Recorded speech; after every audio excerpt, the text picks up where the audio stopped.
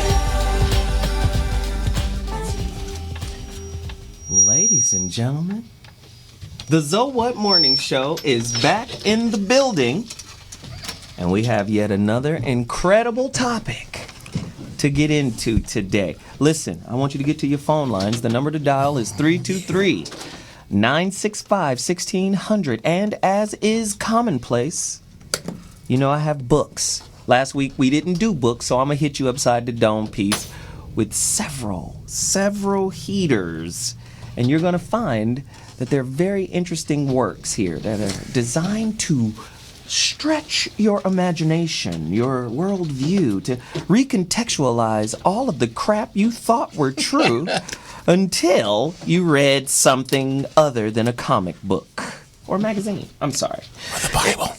Or the Bible. 323-965-1600, So What Morning Show, back in the building. Let me give you a quick breakdown of what today's topic is going to be. It's going to be crazy. Is the black community on life support? What are the biggest problems facing African Americans today? This is going to be crazy. You know I got questions, but before I get to the questions, let's go to the books. Really quickly, this is a book that I gave my son when he graduated the 8th grade, because he was a little hothead, you know. As a matter of fact, he was in a summer league game once on a basketball team, and he lost his cool. He could always be unnerved and unrattled, and I told him, hey, man, high school's going to be even tougher. You got to get yourself together. And I even signed it. I'm not going to tell you what I put on the inside, but I signed it to him. This book, an instant help book for teens, the Anger Workbook for Teens. Activities to help you deal with anger and frustration. Control your anger and feel calm in the face of everyday problems. And he read it, right? I made sure he read it because I was like, you know. Well, you better read the damn book, boy. Right, exactly. I might need that book. No, but and what was cold about the book was before I had him read the book, I had him sit down and watch some film of Bobby Knight going off on, you know, players. And I was like, yo, man, this is part and parcel of what you're trying to do. You're trying to be a basketball player. Some coaches have an even killed temperament. Some do not. So made him read the book. He loved it.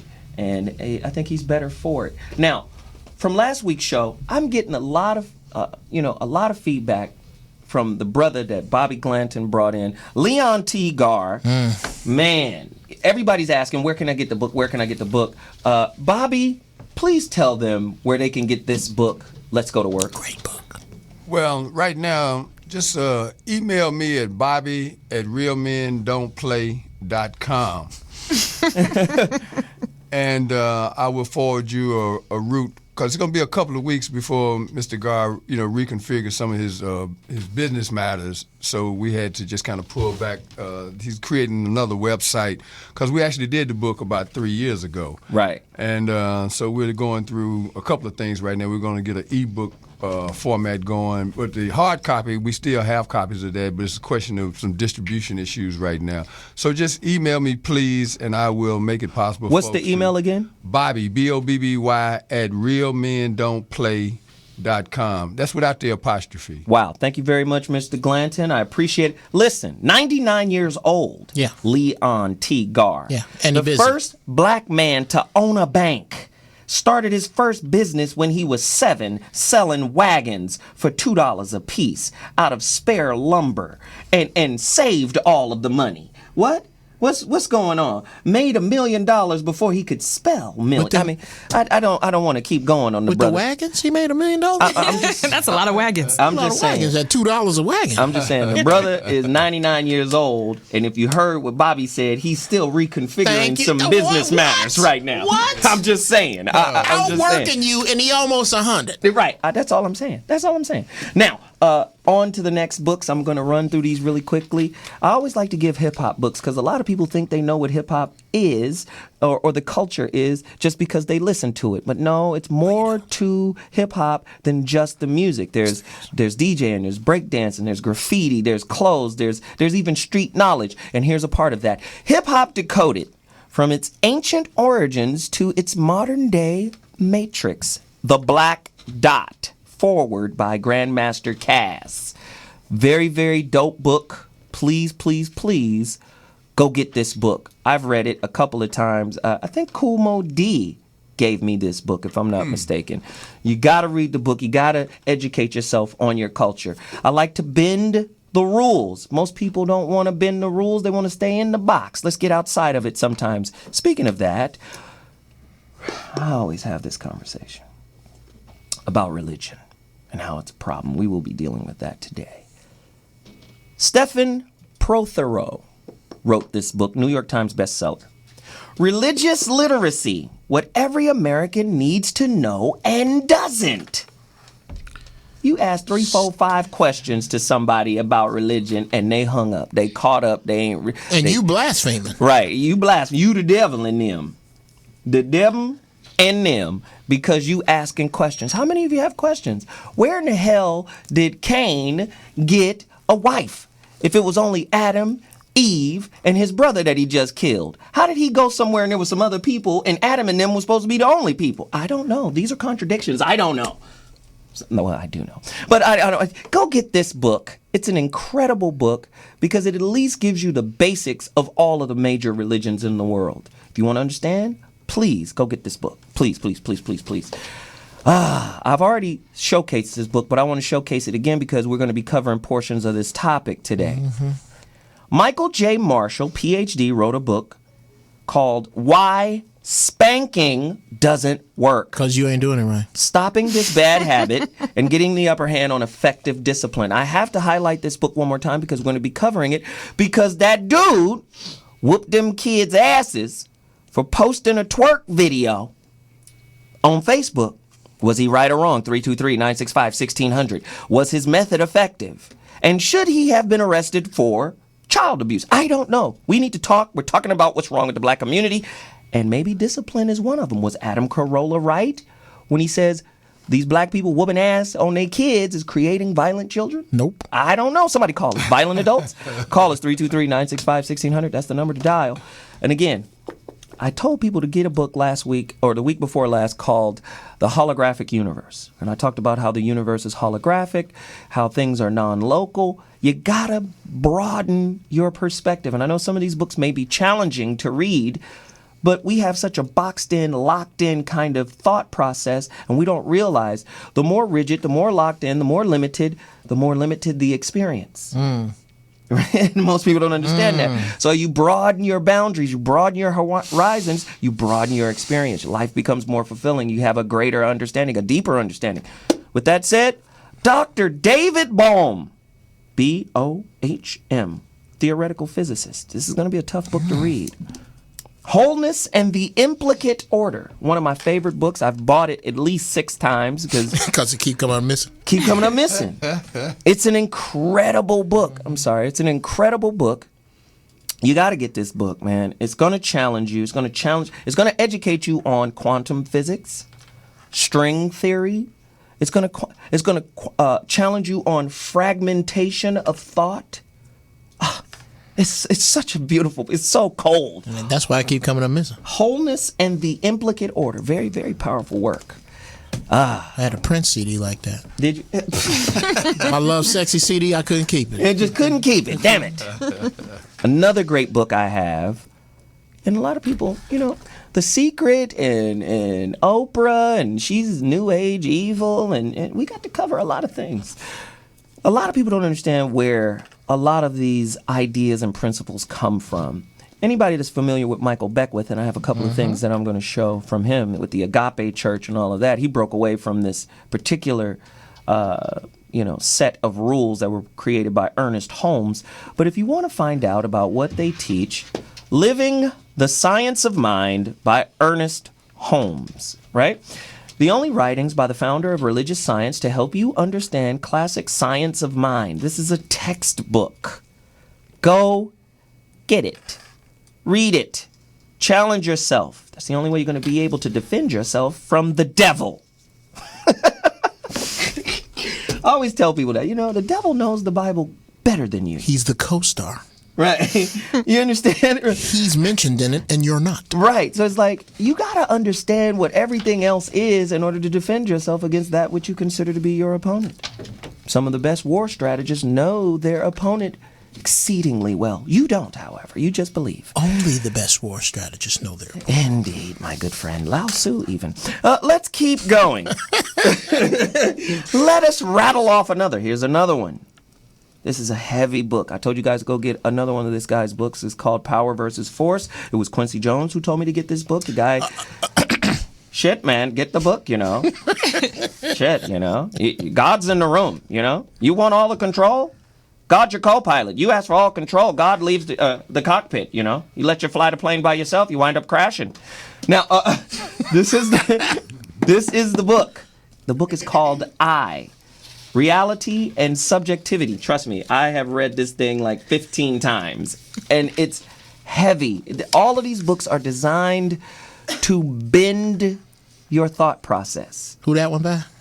It's by Dr. David R. Hawkins, MD, PhD. He wrote the book called Power versus Force. Gotta get it. You gotta get it. You don't have no video games or nothing, no. That's a lot of reading for a week. Well, listen. And to not have well, been it's not in necessarily prison. a week. This is what's so powerful about the book section here. People have created their own independent websites where they list all of Zoe's book recommendations. These are all books that I have read, and I reread. I mean, shit, I have a marker in the spanking book. I'm going through something right now. I'm not going to get personal. But, I don't never go through nothing with spanking. Get out wrong, get your ass told. So, you feel me? I mean, I read these books and people are now starting to really go, man, the book selections that you provide, man, it's changing my life. I'm starting to read. I'm starting to evolve. I'm starting to go in different places. Good. That's what I want. Also, my book, The Rebirth of Seeds. I want to thank all of the people. I have some copies to mail out after this show. I appreciate everybody who's reached out and asked for a copy of this book. Please continue to do so. My cell phone is on because of you. Thank you. How you get a copy? You email me at 2319 Z as in zebra, O as in Oscar, 1 at gmail.com. 2319 Zo1 at gmail.com. Email me so that I may send you your autographed copy ASAP. Only a couple more things. Michael Beckwith, this is a DVD. The Answer Is You. Trust me, I wouldn't show it to you if it wasn't hot monkey lava. You've got to get it. I don't know if you've ever felt hot monkey lava in your mind, but it really changes things around. I ain't never put none in Hot nobody's monkey mind. lava. It really changes things for you, right? Put something in somebody's mind. Here's another hold one it. because we're talking about some heavy stuff today. All of this stuff is relevant to what we're talking about. Michael Bernard Beckwith, Life visioning. Listen to that title. Life visioning, a 4-stage evolutionary journey to live as divine love. Whew, I wonder what Black America would look like if living as divine love was our belief system instead of Christianity, Islam, or any other religious concept. Or YOLO. Right? Or YOLO. Go deeper. YOLO. What YOLO? YOLO. That candy? No. Is that That's like Rolo. a Rolo? Oh. You don't know what YOLO is? No, tell us. I don't either. We don't. Yes. You only live once? Oh, instant gratification. Yeah, that's a great Oh way my to live. goodness. Wow. All right, yeah. You've never heard that? No. Never. Well, you know, you're in the text world. You guys are, yeah. Yeah, that's some that text world. That's some and no diss, but that's a little lower frequency communication right there. Oh, I don't know. LOL. No, and I got this. I'm really surprised about that because I would think that your demographic would definitely know who They YOLO know is. exactly what Yeah, that is. Yeah. the demographic does. But We trying to save them from themselves Yeah. right now. Well, you got to know your enemy in order to fight Okay, it. Am yeah. I correct? Thank you. You don't know about the balloon and the spoon and the match and the needle? Come on. I'm Okay, wait. Stone Age. Let me get my last book off. I got this from UCLA. I was over Good there choice, good choice. Buying some textbooks. You know, kind of expensive. You know, UCLA. Jesus. Social choice and individual values. Very heavy book. Kenneth J. Arrow. You gotta get it. I'm only trying to give you things that will change the way you think. If you change, let me just say it again. The quality of your thoughts determines the quality of your experience. If you got food stamp bootleg thoughts, you're going to have a food stamp bootleg kind of reality. And most people are raised in a particular environment to never see the forces of their conditioning that molds their experience. And I'm trying to get you to put your eyes on the outside of your conditioning so you can say, this is a bullshit tight ass pirate coat I'm wearing. I need to take this jacket off and put on something else. Why my shoes got big buckles on them? I'm a pilgrim. Anyway, at the end of the day, we're about to take a quick break, but when we come back, intro, topics, questions, we'll be back. Book section is over, and I'll be talking to you in a second. So what? We back.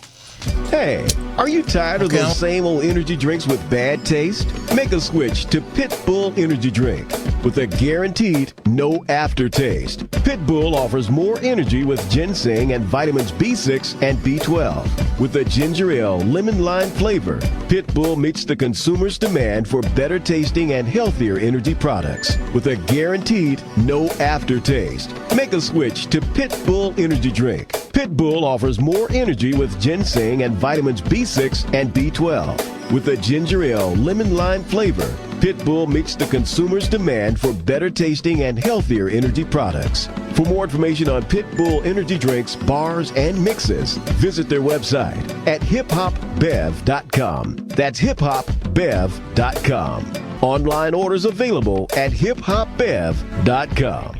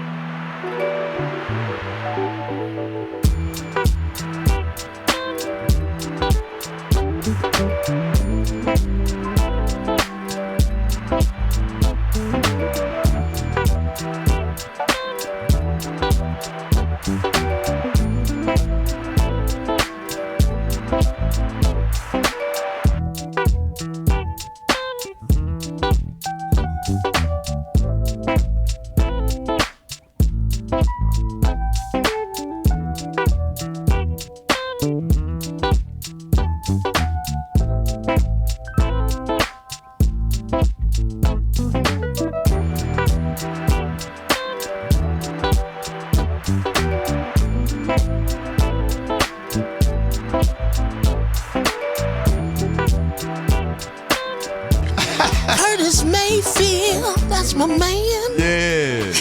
Ladies and gentlemen, So What Morning Show back in the building. Today's topic, let me give you the number really quick.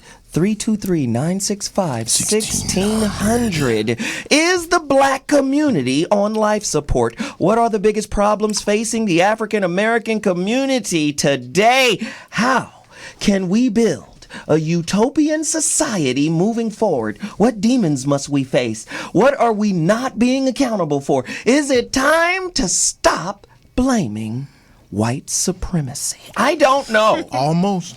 It's almost? No, Almost? it's time. Yeah, it's time. it's been time. It's time. It's time. So let me do this really quickly. We got guests in the building. Let's intro the guest. None other than good friend, mentor, homie deluxe, Bobby Glanton Smith, writer of Let's Go to Work. Come on, man. Welcome back to the show, brother. Hey, it's an honor to be here, and this is a extremely important subject for today. And let's, as you say, go into it, man. Let's get deeper, man. Let's go do it. And for all you Foxhole fans out there, yes, she has returned. Finest. Hey.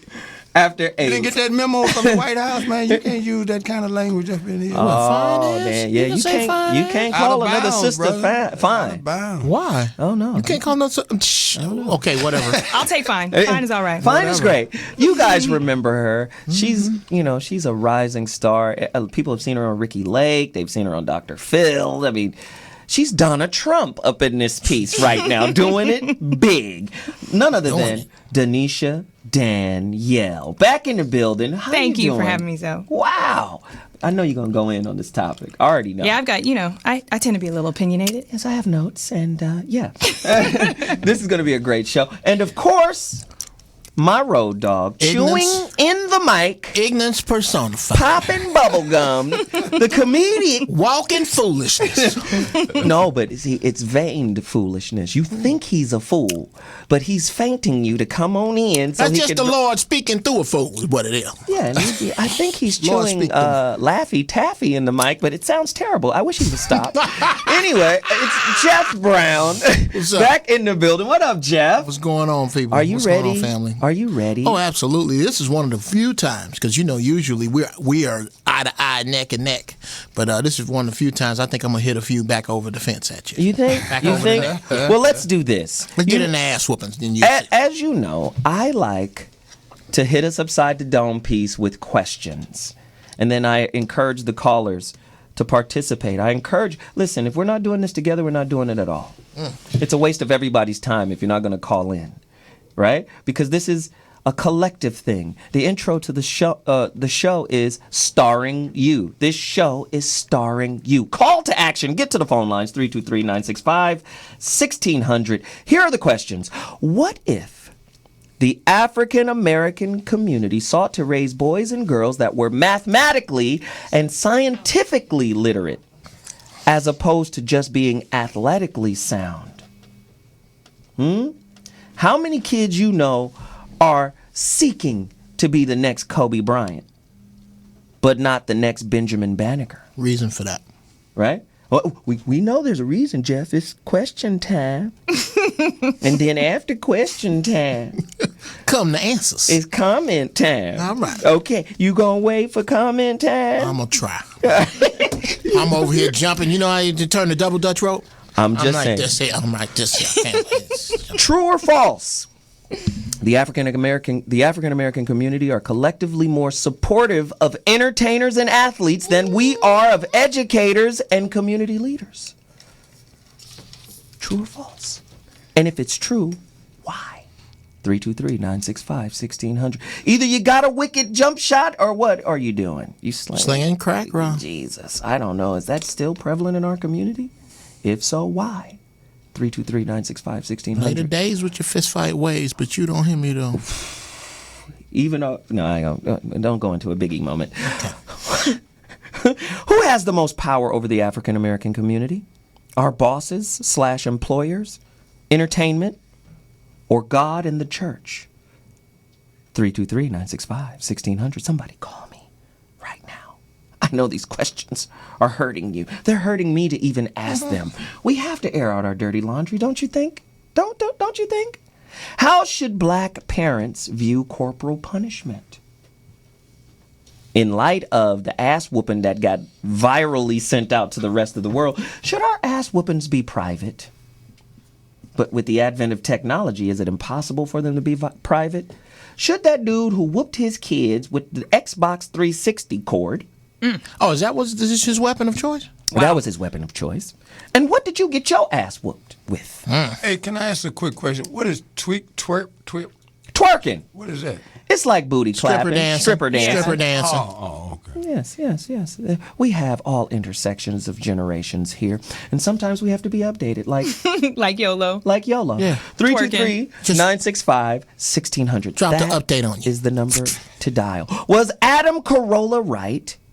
Right? Are black parenting and punishment styles closer to abuse than they are to discipline? Somebody call me right now. 323-965-1600. That's the number to dial. Is the black community is the black community the best example of victimhood consciousness? Is the black community the best at blaming others for our own plight? I have more questions, but I refuse to go any further. Let's go deeper. Are we the best at blaming people for what ails us in our society? Jeff Brown. To that, I say I don't care whether we are the best. I never, ever, or this is a rule I live by, I never, ever compare myself to women or white people because I'm screwing up right there. Why? Okay. How is that? How? Because I'm a black man. I have a different code that I have to live by. Anytime that I look at somebody white and say, well, they do it, that's like me looking and complaining about my neighbor's grass while my house is on fire. I don't have the latitude to even concern myself with what other people do. My house is on fire. I got to take care of it. Right. That's a good point. Glanton? Man, this is as you mentioned earlier, a generational issue for me because I can remember in the early '60s we were really big on I don't want nobody to give me nothing, open up the door, I'll get it myself. James and Brown. then the next thing I know, it was like we crying and moaning and all that there with a with a cup and some pencils, And I like, wait a minute. And you mentioned earlier, and I want to kind of put this in a historical context. It was when you were doing your book thing. 2 books, Here I Stand by Paul Robeson. Bam. And Up From Slavery by Booker T. Washington. Booker T. Washington was famous for saying, don't move, improve. And he was a proponent of separatism in a sense. Yes. And a lot of what his ideology represented became the foundation for the Nation of Islam without the religious aspect of it. Wow. And as I look at that question of whether or not we're victims, I think we have been subject to a mentality that says we need help without understanding that people typically won't help you if you're not helping yourself. Perpetually, we need help. It's almost like we're always in the position to ask as opposed to create. Yeah. Is that what you're saying, Bobby? No, I said what I said. Oh, okay. All right. I meant what I said. I love it. That's why you're here. That's why you're here. But really, we get caught up into this thing where we wait to be delivered. And it's like somebody's coming to get us. And you look at 1968, April 4th. We're so far removed from that sensibility that nobody really mentioned April 4th. This year, for the first time in many years, I didn't see Don't make me cry. the outpour of reflection or anything because we were caught up with what's happening with Rihanna and Lindsay Lohan and whoever for today, the trending thing. And I say that in this way.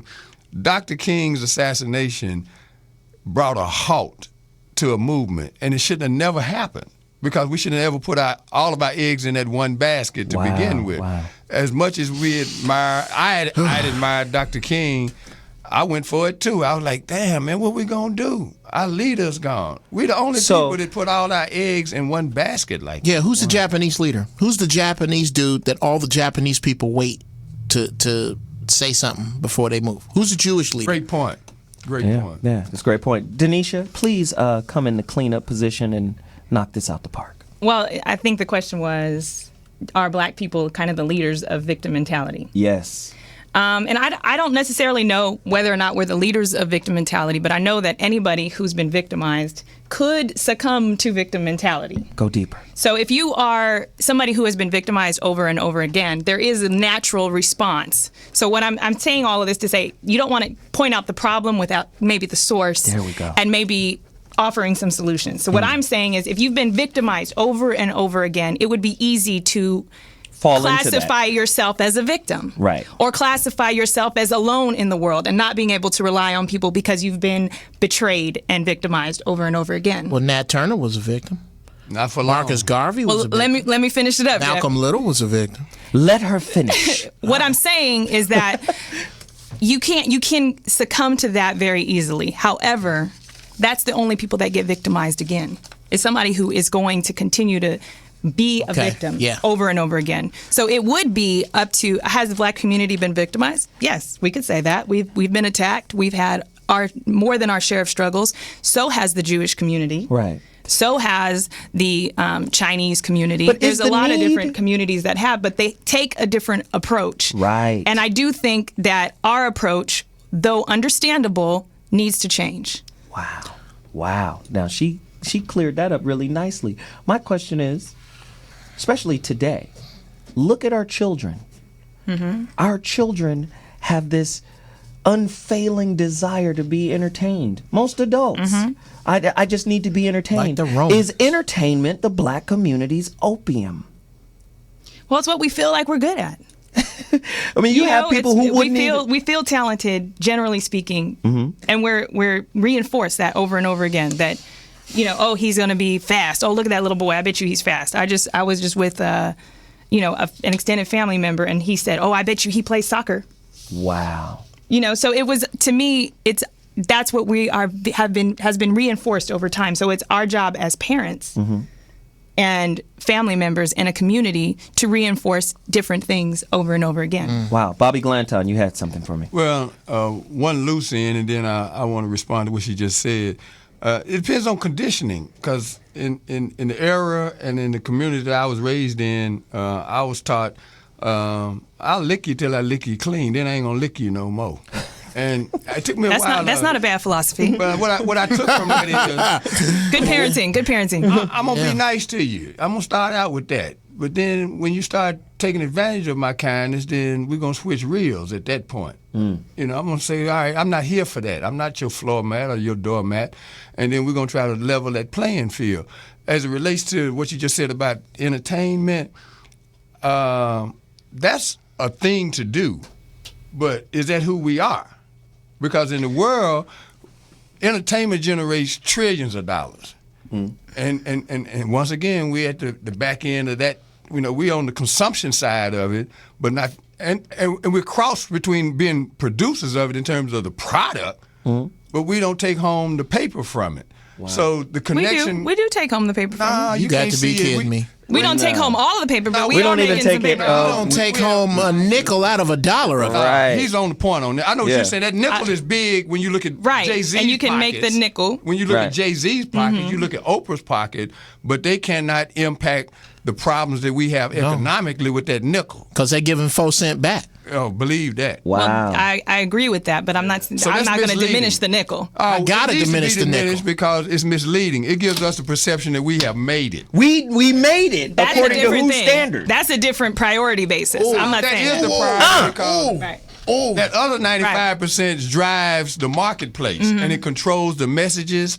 And that's why we don't know who Paul Robeson is or glorify him. We don't know who certain people are who've made significant contributions to the American way of life. Wow. We don't even know that black people invented a lot of products. George Washington Carver created products that we use every day. And you think all he did was peanut stuff. You see, so when you start talking about the commercialization of entertainment, we're still neophytes at that. And it costs I us agree. plenty because our kids aspire to the low end of that. And we have to remember the purpose of entertainment, especially in a political climate.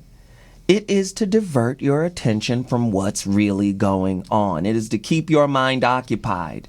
It is to keep you imprisoned to sensation, right? If you look at the Atlanta Housewives and all of these, and the Bad Girls and Desperate Housewives and all this is designed to keep you stimulated and distracted. So you ain't thinking about Monsanto.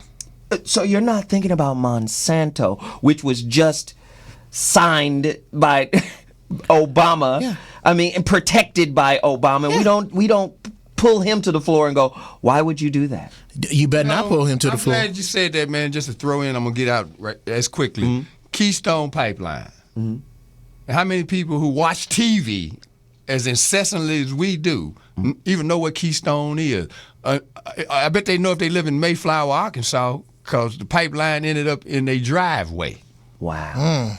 100,000 gallons of toxic goo spill out of the ground into these people's yards. And these same people are the ones that were advocating drill, babies, drill. So when we talk about entertainment and edutainment, it becomes a real interesting subject matter. What are we being entertained by? Are we being, like he said, distracted by entertainment? Are we being stimulated and inspired to raise the consciousness and the level of understanding of how our world really operates? Entertainment is definitely used as propaganda. It has been for centuries. We have a caller, Deshaun from San Francisco. Holler at me, Deshaun. That's Darshan. Hey, Doug, how's it going? Darshan, you have a great name. It's a Hindu name, if I'm not mistaken. It means visualizing or seeing the presence of God, correct? He didn't even Correct, know that. that's it. So That's is it. a smart man. He didn't even know that. He was like, wait a minute, Golly. yeah, okay, yeah, I'm going to go with that. That's what his name means, Darshan. I'm sorry. Okay, yes, that's my I final wanted answer. to, express my appreciation to this show Thank you, and brother. RMC. Thank you, man. But I feel like us as black people, we don't know who we are. And we need to educate ourselves about ourselves. And how do you guys feel about reparations? I'll take my question off the air. Oh, wow. Thank you. That was a great point. Reparations. Wow. You know what I want to do? I want to go to Bobby on this one first, and then Denisha, and then Jeff. Bobby? Well, Your thoughts? That's a great call, Darshan. I'm of the belief that if you understand the why, you'll get to the how. And that means you do have to kind of step back in history and look at, Let me write what down is all it of that this. we, If you what others have understand. done that we aren't doing. And I look at that every day from the standpoint of people want to say, oh, that's over and done with, but it still continues to spill over into our behavior today, whether that's in a successful way or a non-successful way. And I saw something earlier today about Warren Buffett. He's teaching fundamentals that go back past his generation through these new books he's creating for young people because the fundamentals don't change. You can call it this, you can call it that, but when you look at why we are in this shape we're in right now, it's connected to mistakes that we made a long time ago. You mentioned discipline. And they talked about abuse. Well, that's a relative phrase. 'Cause I got whooped with anything that was available. A snitching cord. Q-tip. Anything. I took a butt whooping with a Q-tip once. I'll By explain the that time I was 8 years old, Damn. I had figured out, you know what, I can't win this battle. And then I started hearing that I got to the point where I'd rather get a beating than have to listen to these life lessons over and over and over again. So you can't eliminate some of the things that have been going on since the beginning of time, because John Wooden was right. If you learn to discipline yourself, others won't have to. Wow. Because somebody's going to discipline you. And you know who's the discipline for the black community? The police department. Ooh, that's our daddy. The And government. people keep wanting to just eliminate some of the harshness out of life. And when we look back and, people talk about slavery and all that kind of stuff, it's how we came out of that emotionally and psychologically. That was far more damaging than those chains. Because they've done studies where if you watch how an elephant, they'll put a stake in the ground and that elephant will go in that circle. As long as you feed him and meet their basic needs, you can take that stake out of the ground and the elephant going to go in that same circle. The conditioning. And our people are the same way. Wow. We still got some of the same issues that we had 100 years ago. Wow. In some cases, they even worse. I thought the fade cream day was over with. Oh, For no. those of y'all who don't know what fade cream is when black people literally took chemicals and tried to just erase the blackness out of their skin to be acceptable. Then they would put them on their head to the extent where they took all their hair out trying to straighten their hair. And here we are in 2013, fade cream is back, and they done went from hair straightener to somebody else's hair. Wow, Jeff Brown. Wow. To see Bobby always do that, I think I'm too young. I was supposed to be Bobby's age. It's all right. I am supposed to be Bobby's age. Go ahead. I just don't think that it's fair to talk about. You can't talk about reparations honestly without talking about separatism. That's the only way, in my opinion, reparations would work. So you're saying the money is to build a nation? Yes, I'm saying I'm saying that we need to think black people like the Borg. We need to think with one mind. The Borg. Yes, that's a great example. What would have happened? What would have happened if, in two instances, one, when Katrina happened, if everybody who considered themselves black simply packed up and moved to Louisiana? Everybody. That's crazy. I got a job. I got a house. That's too far out the pocket. Yeah, you go. Wait, here's the bigger one. That's none of my business. I've got my own issues. Yes, I got my own issues. My house is on fire. Right. No, yes, but Katrina is your house. That's the problem. No, it ain't. Yes, it is. I don't even know Hush Puppy and them. And right. Trayvon, what if instead of waiting to tear up something and burn up something, what if we as a people went to Florida and said, look, we watching you. If dude don't get the chair, we are going to disavow you as an entity for 100 years. Nobody black will play for the Marlins, the Dolphins. But you talking about revolution? Yes, we renounce. Yes, we would not. We ain't drinking. You know what? Fuck orange juice. We have nothing Jeff to is do. losing it over here. No. Fuck orange juice. Somebody gotta lose it. I'm telling you, that's power. That is power. We give our power away every time something happens. See what happened to us? Hell nah. That's But why wait a minute. Go back to Bobby's point. We're that elephant who don't even need the stake in the ground anymore. This was going to be my point. Go I ahead. wanted to go in that. It really wouldn't even matter if we were paid reparations, because unless we have a financial education, which I think is probably one of the biggest problems with the black community, is that we don't have any financial education. It wouldn't matter how much money they paid us. It wouldn't matter where we moved. It wouldn't matter with anything, because we'd be in the same spot with the elephant with no stake. So the problem is not what are they going to pay us and where are we going to move. I do think that the problem really is us. And us changing and opening our minds. Thank you, Zoe, for having a show like this and having these topics, because our minds need to be opened. Right. We need to educate ourselves. And our parents, you can't give a financial education to somebody if you don't have it. But see, the problem with us as a people is we are ferocious protectors of our fears and hurt. That's what we are warriors for. Well, our fears really hurt us. Like we defend having them. Right. We defend our fear and its counsel. Because our fear is our counselor. No, I ain't gonna do that because that seemed like this. Or no, that's evil. Or no, this isn't right. And most of those beliefs come from the trauma we've experienced. So we have this, we have to remember, once you are hurt, it's natural for you to create a type of neurosis in order to cope. Neurosis is coping, right? Because it makes you go, oh shit, that hurt, blackout, let me do something to divert from the pain. Let me go over here. So we'll create a neurotic thought process. And sometimes you'll see this manifest in relationships. I know a friend of mine who cannot show her affection for you unless she's drunk. She has to drink. Wow. Right? So, because she's so, in her sober state, it's protective. I don't want you to see, but I like you. So I'm going to show you that I like you. Bartender? How many drinks did you get her, Zoe? But I didn't get her any drinks. But you know me. Right. So as a person, I'm observing her. I'm just, wow. That don't sound like too That's bad what a you deal. have to do. But my point is, when I see that, I have another friend who can only get so far in a relationship until it gets real. Yeah, I know. Then fear goes, oh, damn, it's real, and there is no control here.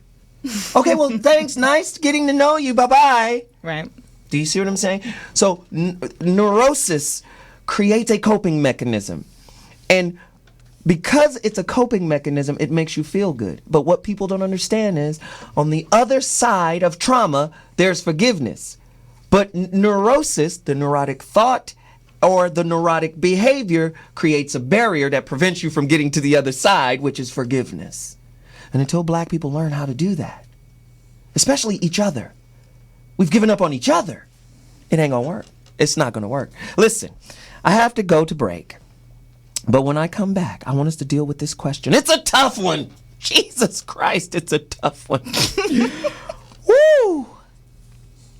In the black community, how many of us, if given the chance, would compromise our dignity for money?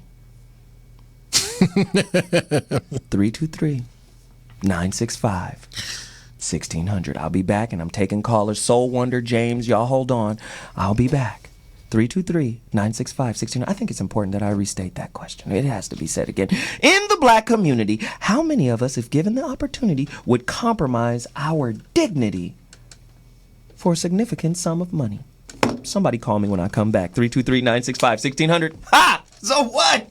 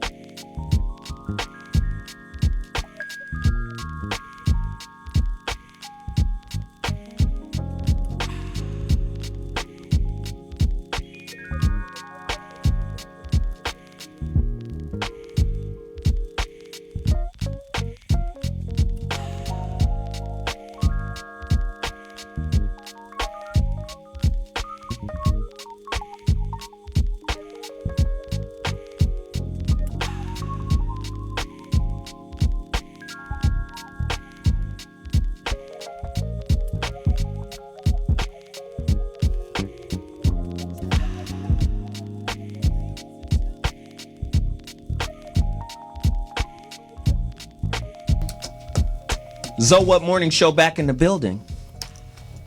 Tough topic. In the black community, how many of our own people, right, if given the opportunity, would compromise their dignity for a large sum of money? Right? I mean, this is real. Oh, I work for the government. I work for the federal government. You know, there's a badge of honor to be accepted. Let me just say, That's a government job. I said this on Corey Holcomb's show. I have a homeboy who's a spoken word artist. And he did a controversial piece about, he's going to Germany to do this entire, you know, kind of theatrical, poetic performance piece. And part of his piece was, what if Germany had won the war? Right? And he built up this whole big kind of philosophy that was talking about, imagine if Germany won the war and then today, you know, they elected kind of a president or leader that was for democracy. The people would be like, that's not even how we get down. We're Nazis, you know? He said, now look at America in that same context. We elected a black man for a traditionally racist and white supremacist country. Because we can't act like America isn't white supremacist now.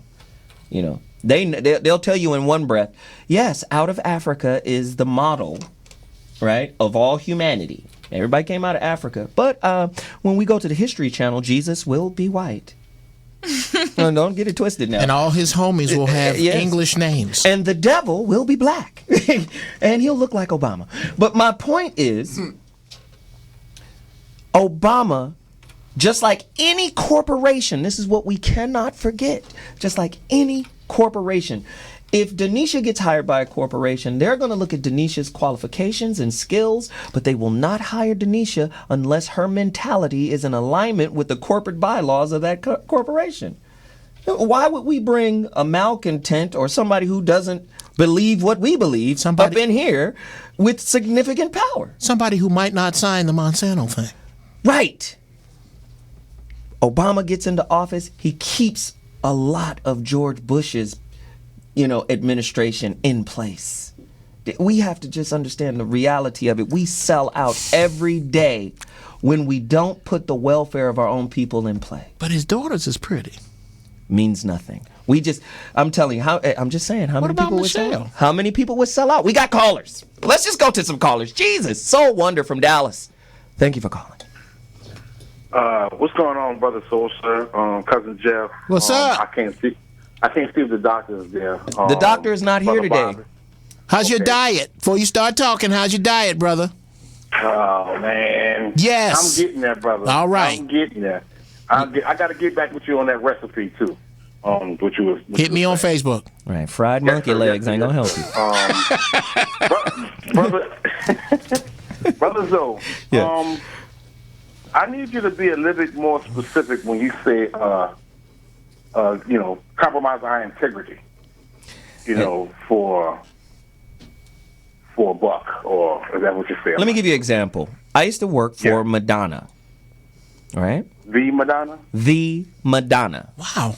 When I was I did not know that. When I was 24 years old, I was senior VP of Black Music A&R, Warner Brothers Records, Madonna. You got green eyes. Maverick.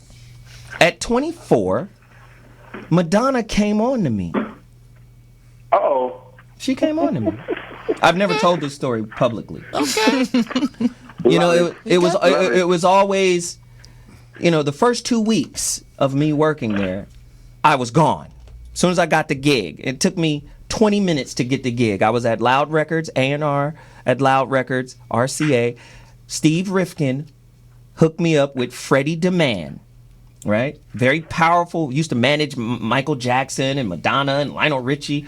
I met with Freddie DeMann for 20 minutes. You got them green eyes. I had on a baseball cap to the back, basketball shorts, and a tank top. With them green eyes. I walked. This is. With some green eyes. Would you stop it, Jeff? Thank you. Thank you, Jeff. I feel like I should move out of the way. Right. What type of bromance he's got going on? You're by yourself in you, it. them green eyes put people in a trance. Jeff, you're by yourself in the bromance, okay? Oh, that's funny. Green I'm just saying, he got green eyes. You No. know, look at them green eyes. But I went there. I had a demo of a girl group called the Jazzy Fat Nasties. Oh, one of my favorite groups. Don't. I mean, What? I was 24 years old. I was 24. Love the Jazzy Fat Nasty. I didn't even have a car.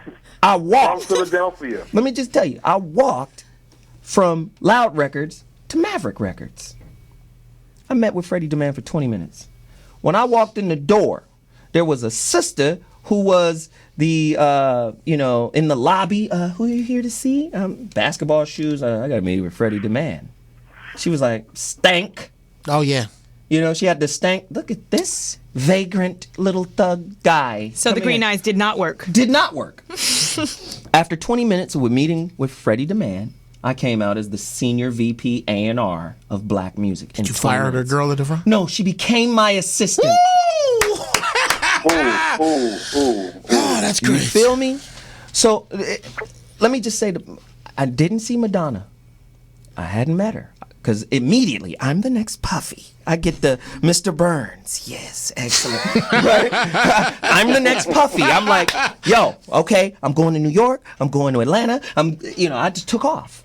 When I came back, I had 85 messages on my answering machine. 70 were from some lady named Ann.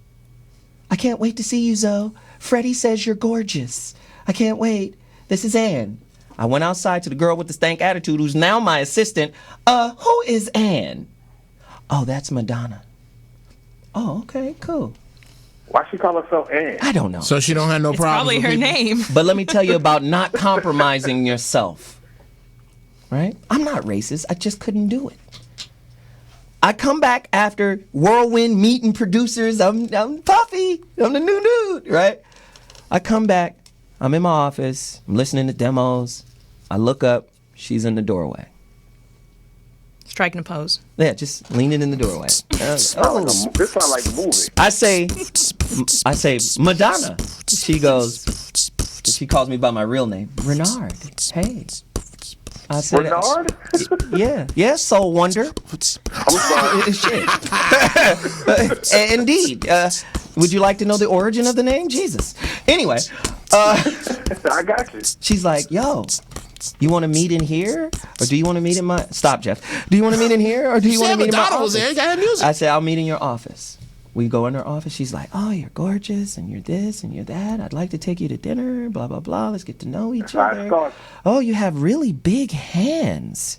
Oh, my. You know, and at the end of the day, I was single focused. I said, I want to become this incredible A&R. I said, I have a group. I have this is my ambitions. I want to do this and that. After meeting with her, though, a couple of times, she increasingly wanted to just hang with me, to the point she started disrespecting the girl group. So I said, could you meet my girl group? She was like, yeah, Freddie tells me about them. I don't know. I said, well, at least meet them. She said, okay, bring them here tomorrow. I bring them. She meets them. First off, she has them waiting for 4 hours. They're sitting in my office, just waiting. Then finally, she meets them. She meets them and goes, oh, nice to meet you. Okay, you guys can leave. But hey, Wow. wait. Allow them to at least sing for you. This is not an audition. Please, let them sing. Okay, let them. And then they sang. And they killed it. Ripped it. She was like, oh, okay. That's the Jazzy Fat Nasty. She was like, wow, they're dope. Then she goes, okay, which one of you, or are all of you fucking Renard? Because he's the one that's going to get you your record deal. Which one of you are going to do it? You really, all of you should be doing it. Madonna's a bitch like that? She did it like that. He's your advocate. Okay, you guys can go back to his office. I was like, what the? And then after it was over, I'm 24. And a 24-year-old Zoe? Oh, I was really crazy off. Like, shut the I was on one. I didn't have a lot of the etiquette that I have now, if you consider this etiquette. But So Zoe was more bigger. but at the end of Okay. the day, she asked me. She said, "What do you want to do?" I said, yeah. She was like, "I want to." She was like, I can sign them if I want to. I said, "I want to sign them. We can get Babyface. We can get all these people. Yeah, let's do it." She was like, I have the power to sign them if I want to. I'll think about it. The next day, Freddie calls me into his office and said, "What did you do to Madonna?" I said, "What are you talking about?" She says, "You're an ass." "You mean the ass called me an ass?"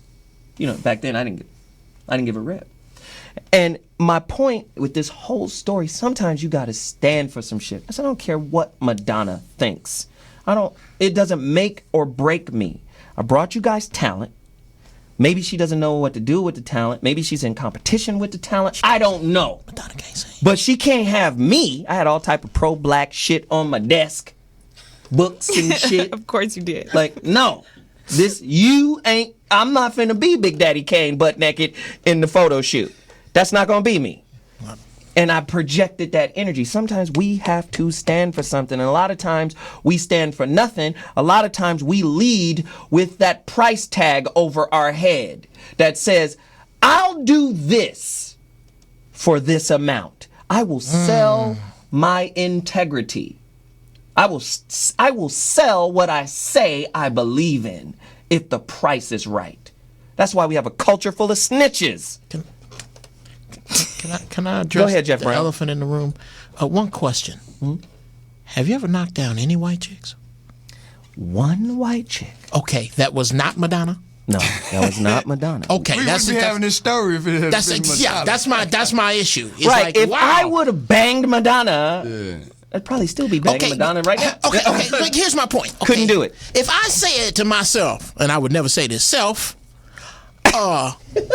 you ain't messing around with no girls that look like Claudia Jordan, just say, long hair and fine as hell. Frog hair. And I have the opportunity to get out with Claudia Jordan. I passed that up, and then 10 years later, I'm getting down with a girl look like Claudia Jordan, sorta. I missed the point. Yeah, I'm lost, Jeff. My point is this, is that you had a chance to knock down Madonna. I don't know about the group, but I'm going to tell you something. I'd have tagged Madonna on the air. I don't know. Maybe I'm out there by myself. Because tagging her came with a price tag. Now, at the end of the day, she can hold that over my head. She has leverage to say, he's just the thing that I had, and, he's gone, he harassed me. No, I'm not giving you any of that. Oh, wow. No, I'm not going to give you any of that. Yeah, she done I'm had it. here to be an A&R person. I'm not here to be your flunky. Me and Jamie Foxx had the same kind of, I don't care, you're Jamie Foxx. Oh, yeah. You're talented than a motherfucker. Respect the opportunity, but I'm not going to kowtow just because. Because you got a room full of German Shepherds that's doing it? Yeah, man, I can't do that. And I think once black people start to value that which is truly priceless, character, right? We don't even have a Geiger counter to gauge what character is. We gauge external accumulation over internal development, right? That internal influence that, there's something in this being that changes the environment. We galvanize the externals. That's why you see my rims, bitch. That means Get up car. on this dick. That's the new. Is that not the new slang for these kids? Yep. These rims represent my passport to your pussy. Yep. Let's just be real. 323-965-1600. Somebody call us. That's parking lot pimping. Well, we got callers. Let's see what they talking about. Yeah, the phone lines are on fire right now. Let's go to James, Trinidad. Let's go. It's not my phone. Yes, how y'all doing? What's up, man?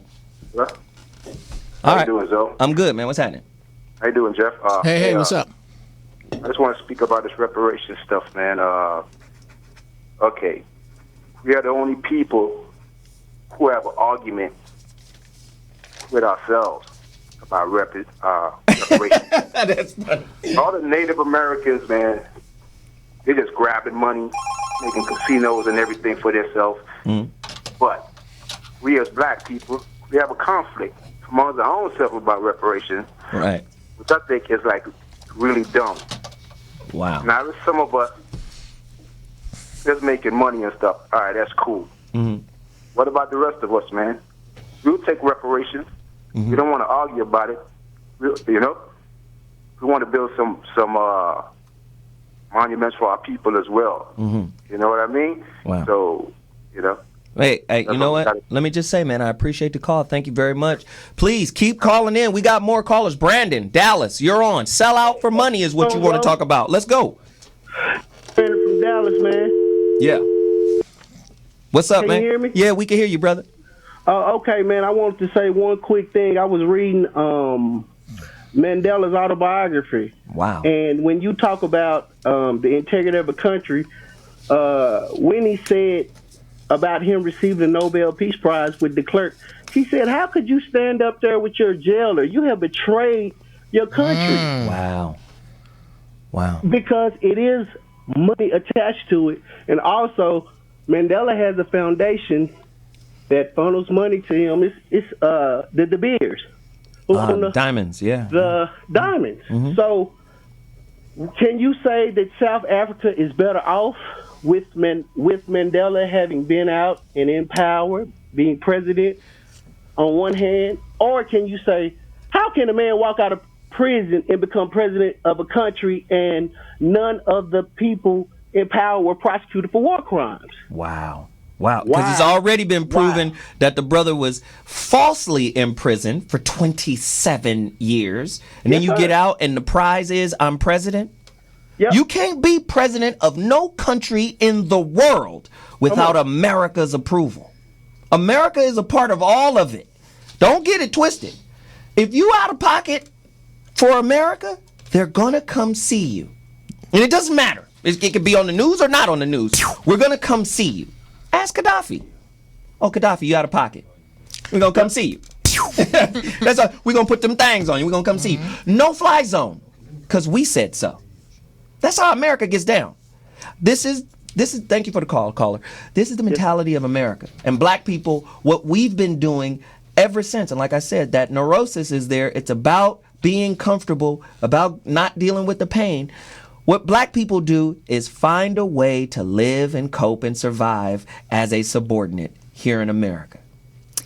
I actually like to tag on to that. Go Because ahead. what I think is the problem with people who are selling out, or what I would probably say is selling buying yourself in. short, or buying in, selling yourself short, is that they really, at the end of the day, are lacking vision. And so if you are not seeing something greater than yourself, then maybe tagging Madonna is your ultimate. Wow. That is your trophy movement. Right. Maybe you're not even striving to achieve what Madonna's achieved, or being the one who gets the person to sign. You're not the one who's doing the signing. You're waiting to get signed. Right. And so in that case, I think that if we need to So you're find talking ways about Ray J. Right. Right. Yeah. I hit People would first. there's a lot of black people who would love to live Ray J's life. Right. Oh, the yeah, new record. yeah, that are jealous. Right. The new record, I hit first. You mean that's your claim to fame? You He's hit happy Kim with that. That's something to be proud of. You hit Kim Kardashian first. Wow. That makes you some type of special member of our community because you hit an Armenian hood rat first. You're on the front seat of the short bus. I'm just saying. She's not a hood rat. That's the real problem. The real problem is the lack of vision. It's not, and the lack of valuing your character and your own self. So. Wow, that's a great point. That's great. Caller. Kim. No. Before I go to the caller. Go to the caller. My brother. Go to the caller, and then I'm going to hold this thought. Okay, good. All right, we got somebody here. Brandon from Dallas. Oh, we already talked to Brandon. Who is this on here? Moosey. Moosey. Caller, you're on. What's your name? Caller? What your name is? Okay. Your name is what's your name? Well, the name is the phone don't work. Well, right. this sister's sharper than a mother-in-law's tongue right here. Oh, I hear somebody. She keeps getting in it in a way. Yes, this is Music Man 82. Okay. Oh, Matthew, what's happening? What up, man? What's happening, brother?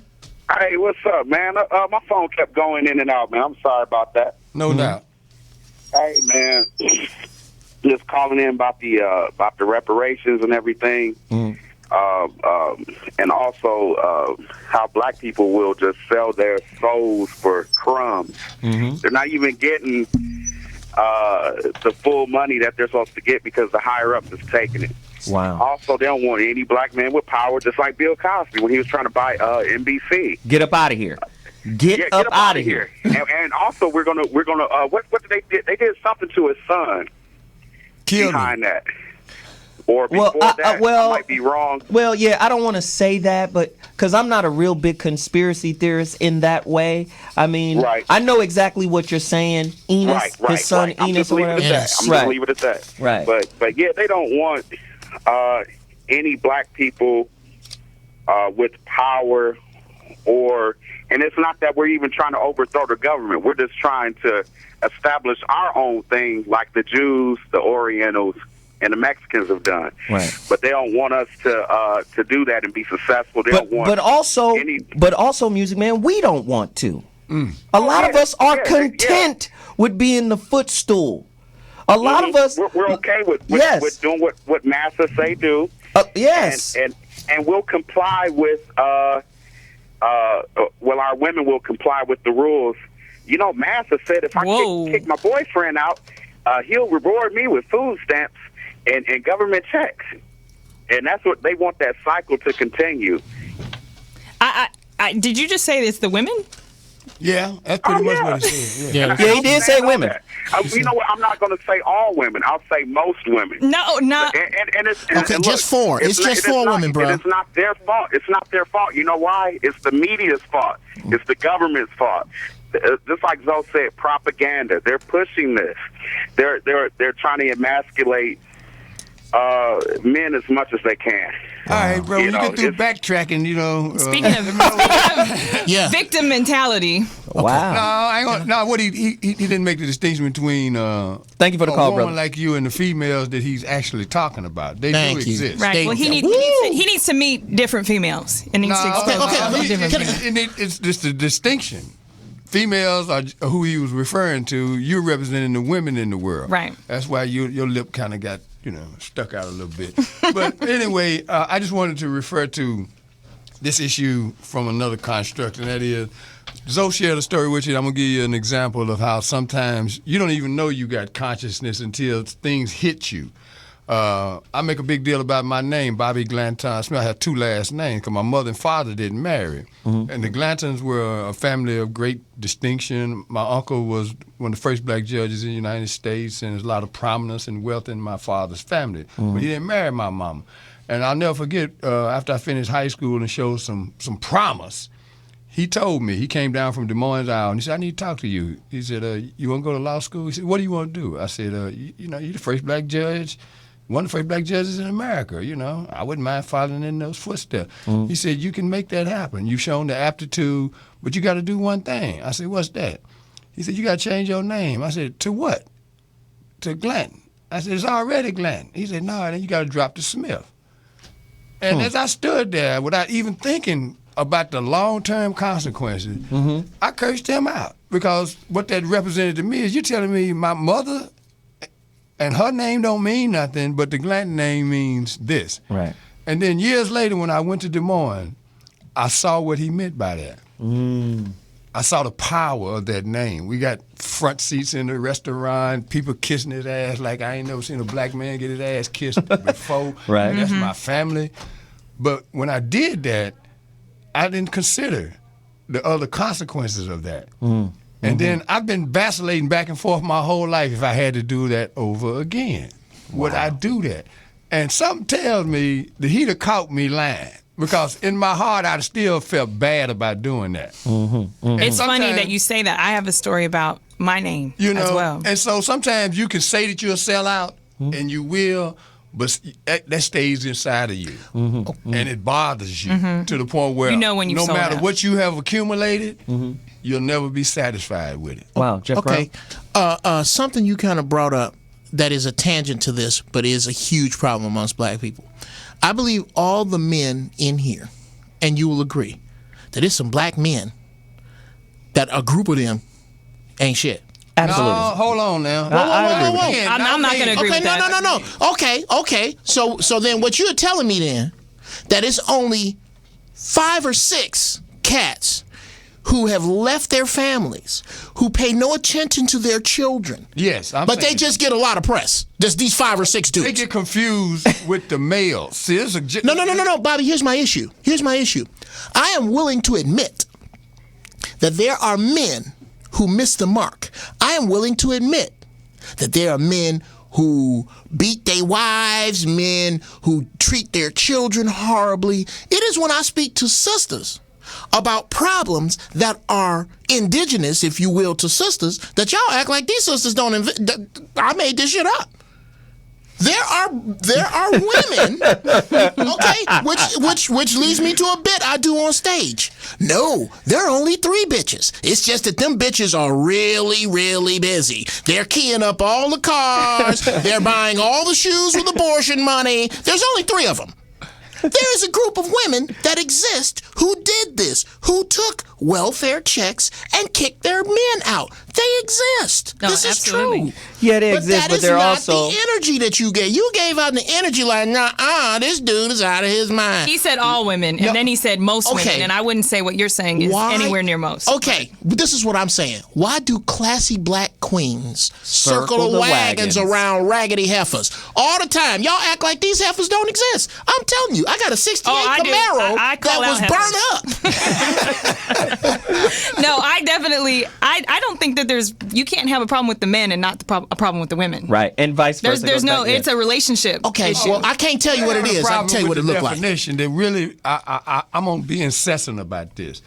A man or a woman is a different class of human being, and there's not many of them. But there's a bunch of everything else. There's a bunch of females.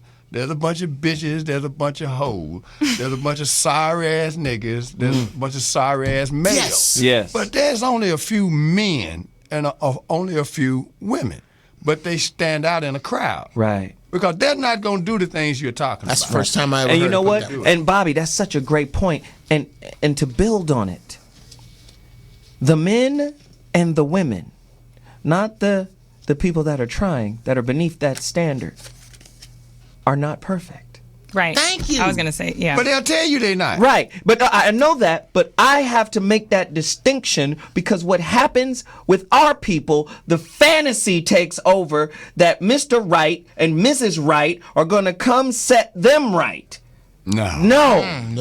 No. See, good people are only good because they have an internal ability to be accountable, and they're always in search of what they can do to make themselves better. True. That's a man. Okay. That's a woman who says, I am a co-creator of the conflict, of the trauma, of whatever I've experienced. And I'm willing to go to battle with myself. Most people ain't willing to go to battle with themselves. They want to battle their opponent because they need an opponent to get by a difficult moment. Wow. True. That's all I'm saying. Caller, Bree, Los Angeles, talk to me.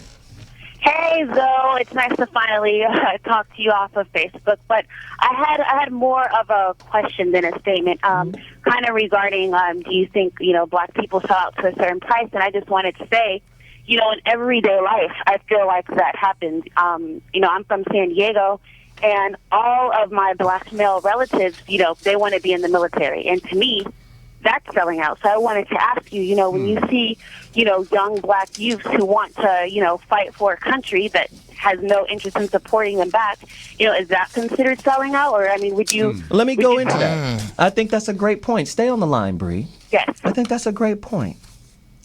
I think it is honorable to want to join the military. But let's not, for one moment, forget the soldier's position on the chessboard. He is a pawn. Pawn is the root word of the word champion. You are just the gladiator of the pawns. And we move you on the board, and you... Let's just be honest. If you'd like to make a call, please hang up. Whatever that is, sorry. Let's just be honest. Do they respect the pawn in the end? Has America shown that they really care about the pawn? How many veterans you see out on the street homeless? And I'm not saying they don't have the GI Bill and some other things. They don't. But how many veterans you see struggling? Most. When the Vietnam veterans came home, how were they treated? Hey, Let's just be honest, man. Don't even go Come on back that far, man. And this is, and the question was, are they sellouts? Not really, because it's a way. It's an employment. It's exactly it's what a it job. is. But here's the sad part about the hypocrisy in serving your country.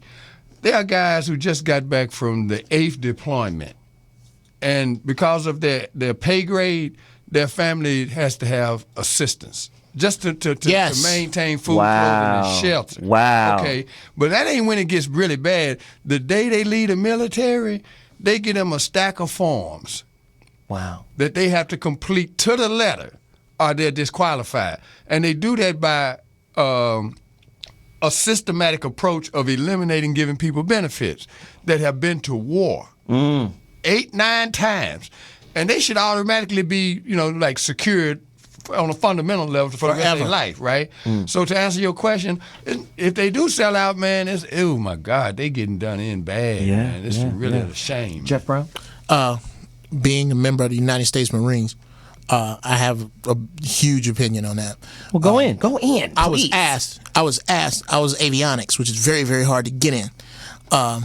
And they were throwing money at us to stay. They were just whatever you would do to stay. And in front of a bunch of the wrong people, I asked this dude who was higher up in the enlisted ranks. I said, Gunny, the day you got in, on the day that you first joined boot camp, there was a dude that got out. Did he get more than you're going to get? He said, yeah. I said, you're going to get more than I'm going to get. If I spend 20 years, the dude that gets in then is going to get less than I'm going to get.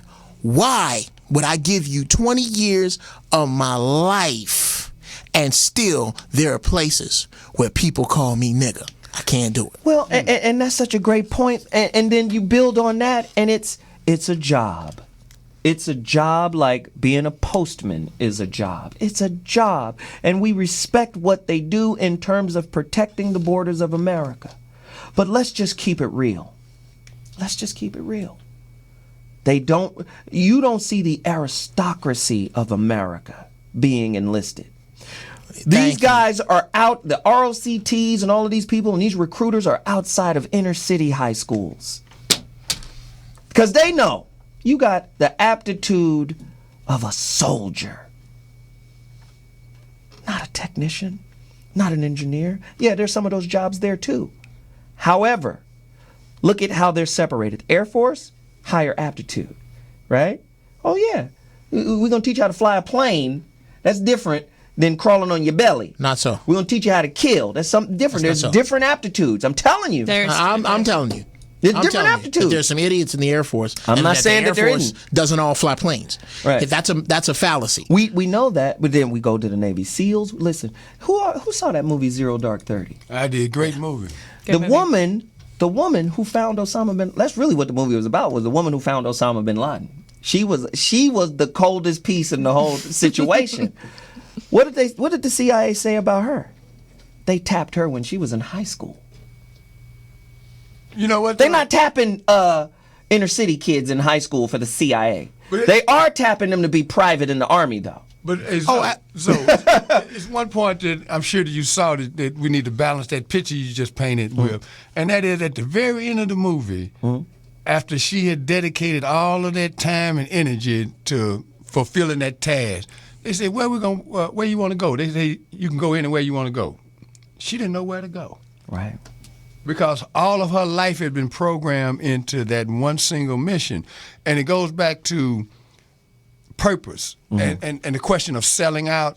That stuff moves around. You know, in your life, some things you'll do when you're younger, you won't do when you're older. Absolutely. But most of the things that we're talking about today in terms of the black community as it relates to selling out, it depends on your frame of reference. Right. Some of us, and it's not just because of my age, some people read because they love to read and they start early.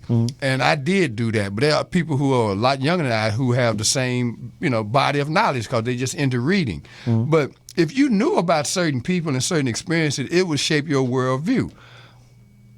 Paul Robeson spoke 17 languages. The man was probably the greatest human being of the 20th century. Absolutely. All right. But he's told those folks, here I stand. You're not going to tell me how to think and what to believe and what to stand for. That Wasn't guy, gonna do it. that archetype, that black archetype, he's like the Tasmanian tiger. No, it's in the black community. It's some of him and people. I told Jim Brown when I first met him 20-some years ago, I said, they passed the baton unofficially from Paul Robeson to you. And then... Interesting point. He's reaching back and getting a cat like Ray Lewis now. Okay, Ray got a lot of Jim in it. Okay, Jalen Rose got a little Jim. Jalen, that's the homie. Yeah. And these are cats that I have an opportunity to work with through Jim. Adrian Peterson is a soldier. He's in training. Okay, so there's a connection just based on familiarity. All right, but if you don't know about these people, then you'll aspire to be something far less than that. Wow, that's a good point. I'm glad he brought up those names. We needed to hear that. You don't know how high the bar is. Right. 323-965-1600. If you want to chime in on this topic, it's relevant. We need to talk about it. We need to be honest with ourselves. What would black love, relationships, and marriage look like if the prison population of the United States of America was composed of only 2% of African American males? If it was just 2%, we already know we make up half the population of the 2 or 3 million people that's in jail right now. What if it was just 2%? What would our relationships look like? What would our marriages look like? I'm going to take a break. When I come back, phone lines are open. 323-965-1600. Probably a lot more.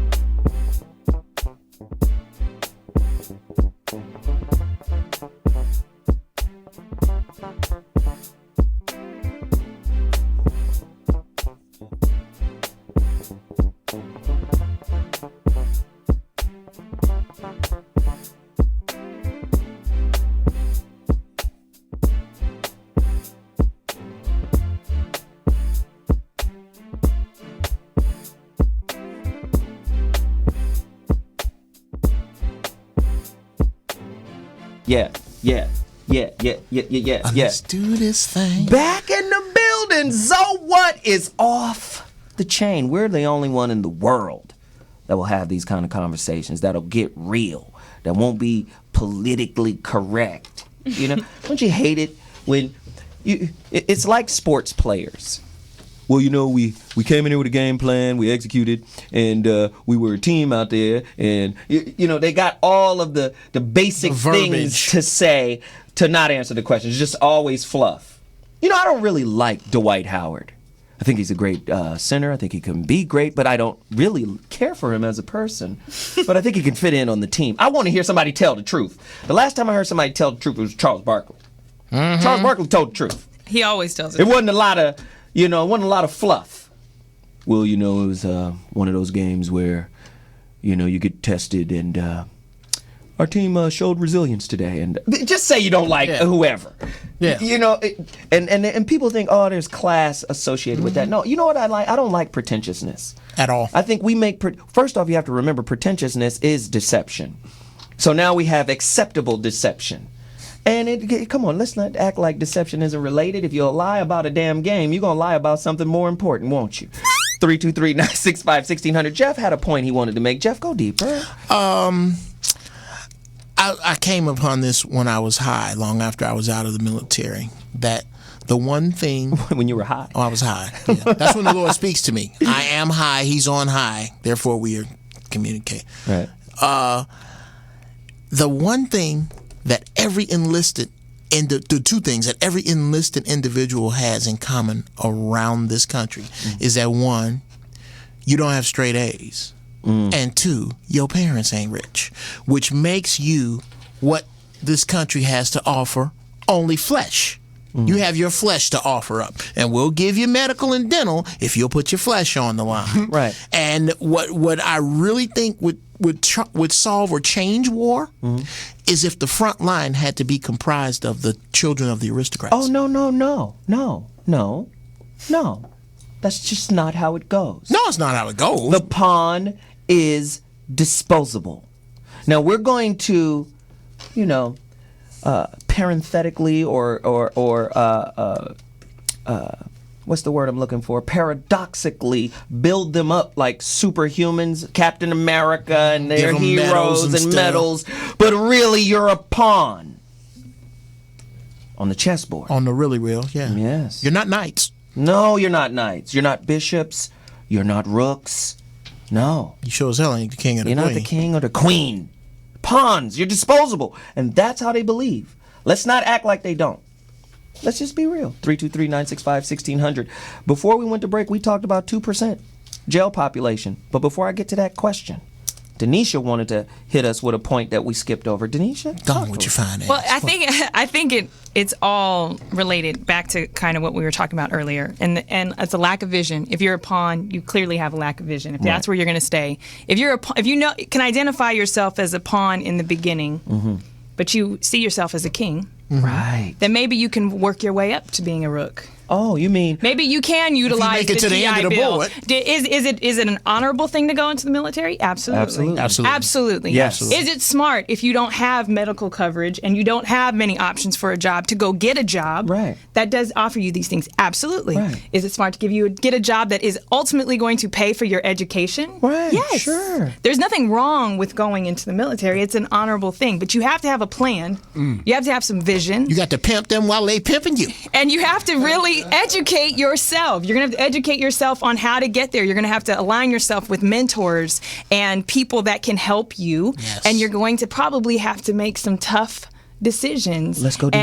And you know, it takes, I guess, when you know better, people say when you know better, you do better. Right. But when you know better, you choose better. You're really making better choices. And so people who have made mistakes, and you mentioned it, the hoes, the ratchets, the men who maybe have abandoned their families, they were doing the best they could with what they had. So do I think they're ain't shit in general? No. Right. They just didn't know better. Their priorities were out of line. And when they know better, they choose better. Wow. So And it's going to take some tough decisions, some strength and character Yes. in order to get there. I don't even know if Yes. this reaction is from I'm about to Don't worry. explode. Yeah, he's about to I'm pop. He about goes to through this. explode. You're just seeing this Did right you now. just tell me that the dudes, and I know some, I get them on the phone, the dudes who made the conscious choice Go deep. to abandon their families and children, that they don't know no better? Some. Some don't. Or they don't. Okay, let me make that a little bit clearer. Some really don't know any better. Some really don't. Then there's some that really don't have the tools to be what it takes The to be resources. a husband Right. and a father every single day. They don't have the tools. They were never taught. They don't have any examples, and they want to do right, and but they Denisha, can't. And in reality, because they lack those tools, will not really be of service by being there. True. Let's just keep that in play too. So it might even be best that they are not there because they lack the tools to really facilitate a rich developmental environment for the child. How about that? Before you can be the man of a house, you need to be a man. That's just, that's just what it is. So let me just do this for the military side too.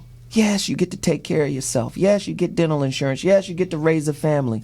But you also, like the pharmaceutical company, have a lot of side effects. PTSD. True. If they turn you into a monstrous killer, how do you turn it off when you come home?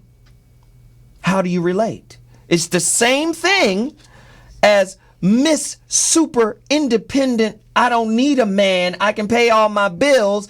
I'm corporate boss bitch. How does she come home and make some find damn cookies? Right, and find that submission is not synonymous with humiliation. How does she come home and not bang her dude over the head for not making as much money as her? How does she come home and not marginalize his contribution? How does she find different currencies that are worth more than the money she makes? Well, How does she find her power in her femininity? Well, Bobby? As I listen to some great discourse, I find myself going back and forth in terms of where I stand on some of this stuff.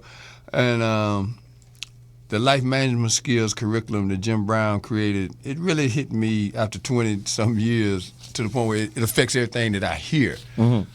We teach this class in first person because you can only speak for yourself.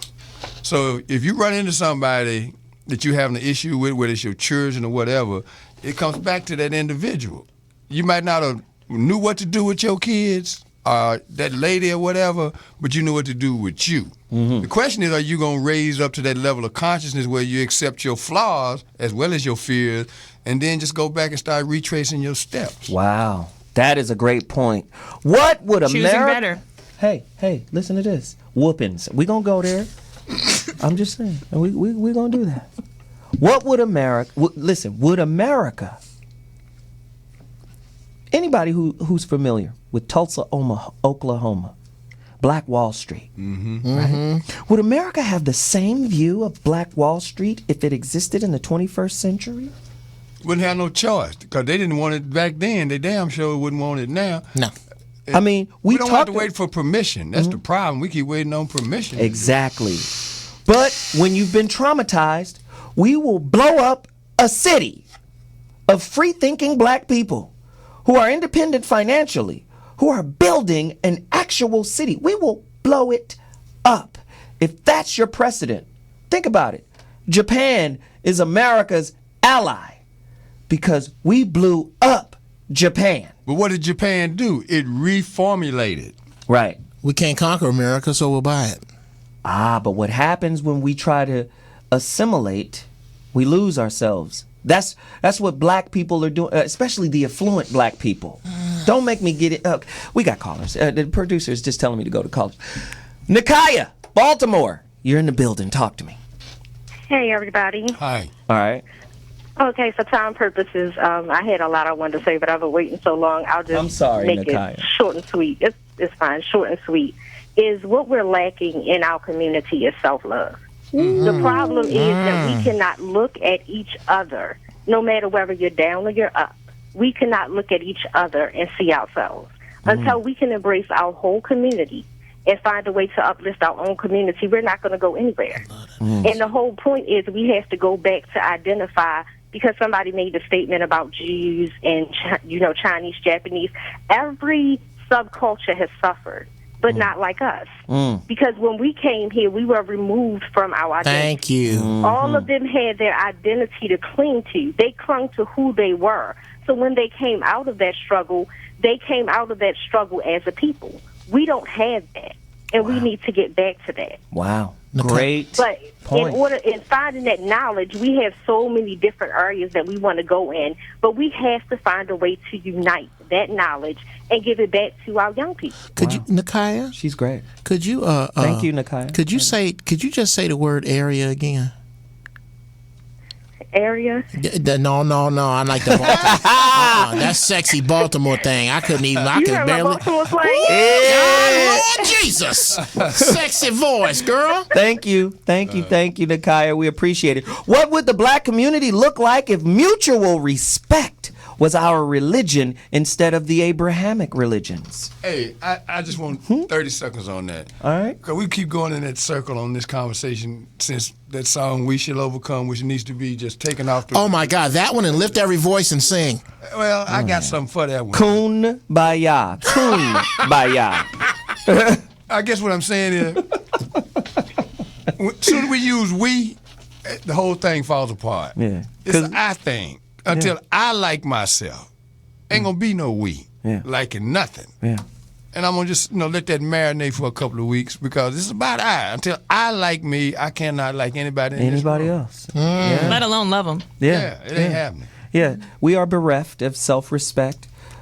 We are bereft of self-love. We are bereft of self-esteem. Anytime you see a people who aggrandize their external accomplishments over their internal development, that is a person, that is a culture who is bereft of those priceless currencies like self-love, self-esteem, self-worth, self-respect, where I can see you, see God in you, appreciate the God in you, and be an advocate of you. We are not advocates of each other because we hate each other. This is the only culture in the world right now where gangs are our culture.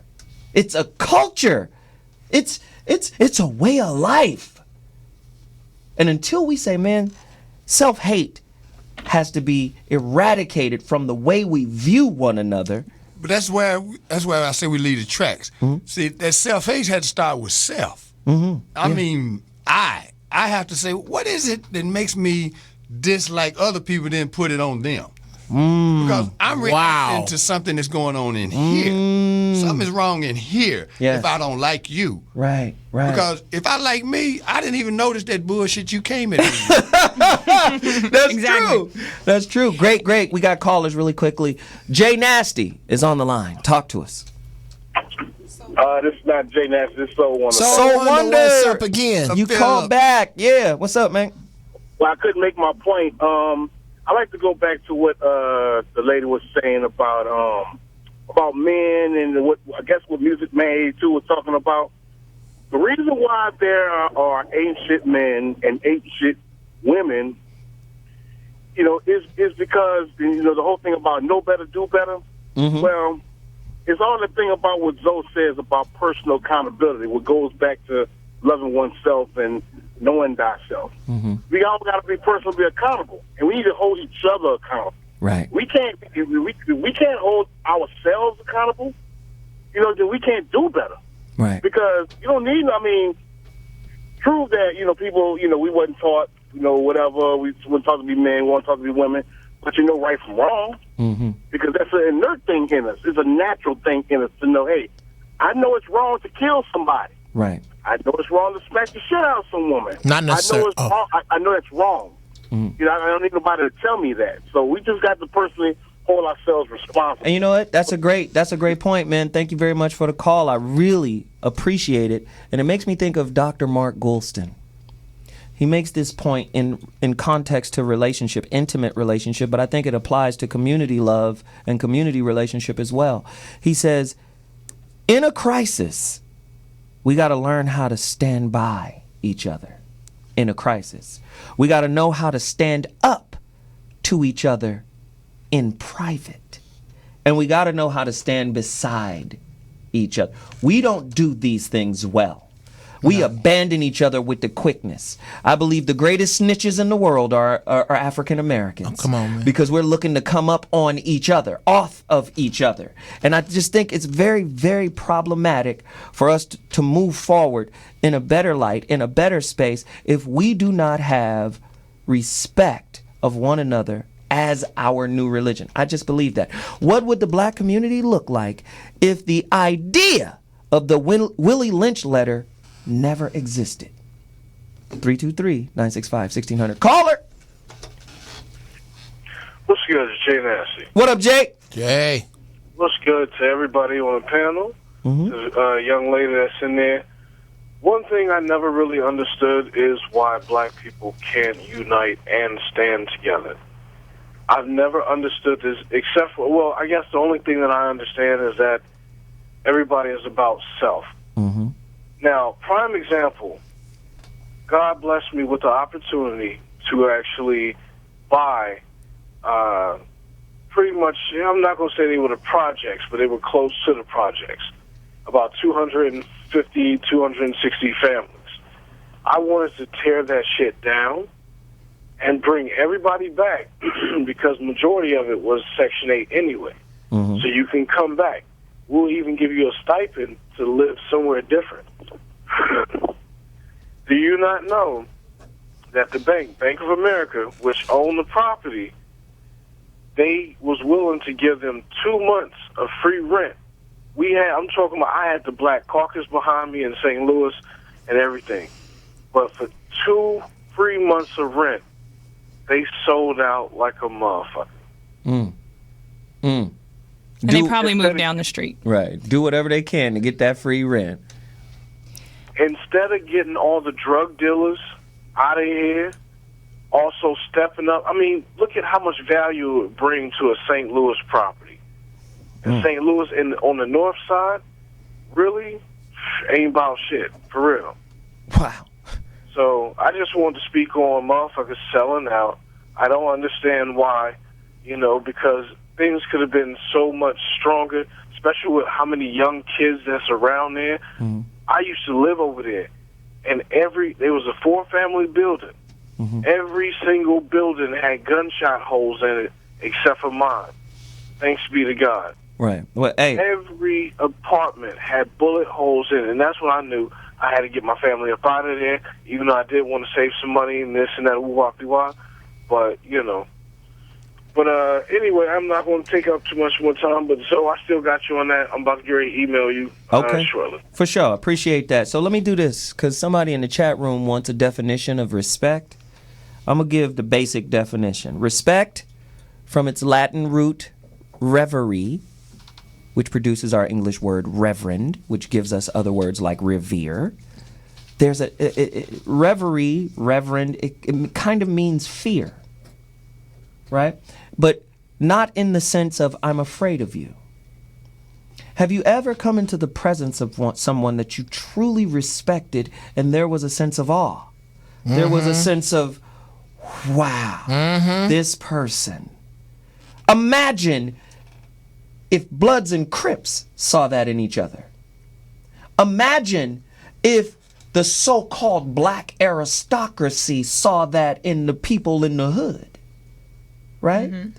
The black aristocracy looks down their nose because there are 2 checks above those people. With every opportunity. 2 checks missed will have your ass in the same check cashing line with the people you think you better than.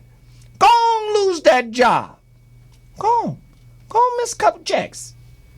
You'll be mad at yourself, contemplating suicide because you got to cash your check at Nick's now. I'm just saying. Got a bank where you buy your liquor.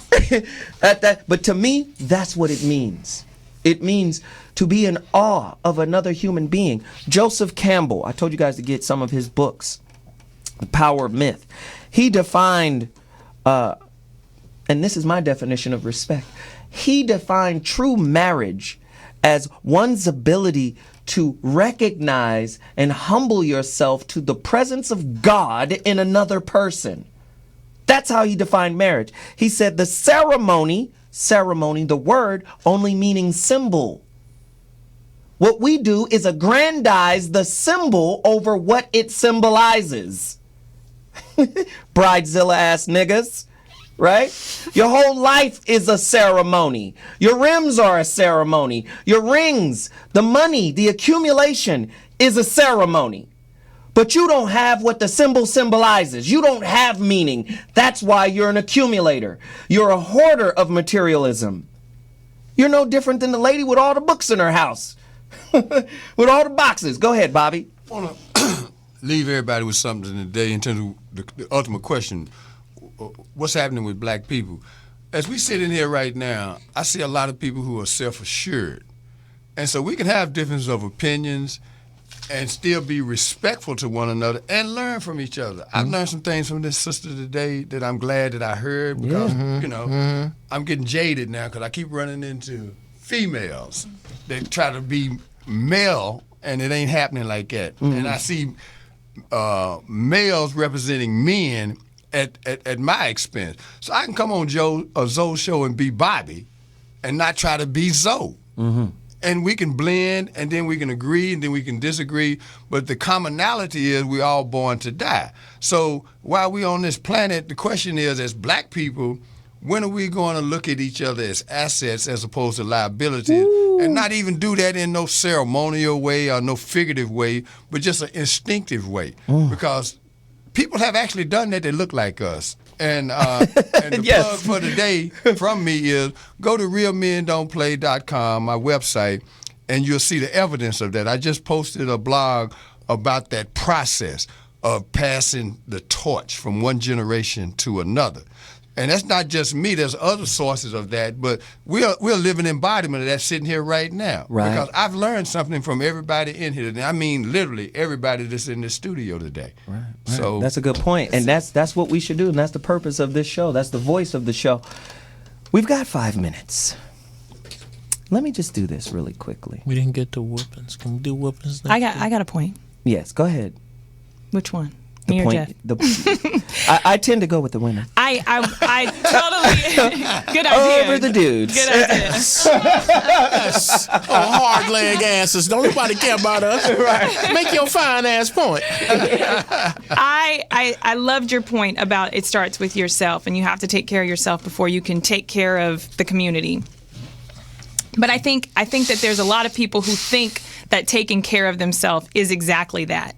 You know, they don't think about building themselves up through love, through gratitude, through giving back. And what we need to do is know that when you do love yourself, you can find ways. If you don't love yourself now, you can find ways to love yourself by giving to others. Wow. And building others. And people, like when you were saying the black aristocracy, I don't know who counts as that. But if you are not just regular middle class average dudes, people. People who live in Ladera Heights. Yeah, people live in Ladera Heights. Viewpoint, Park. Okay, maybe then that the people, if you are in that I position, went to school.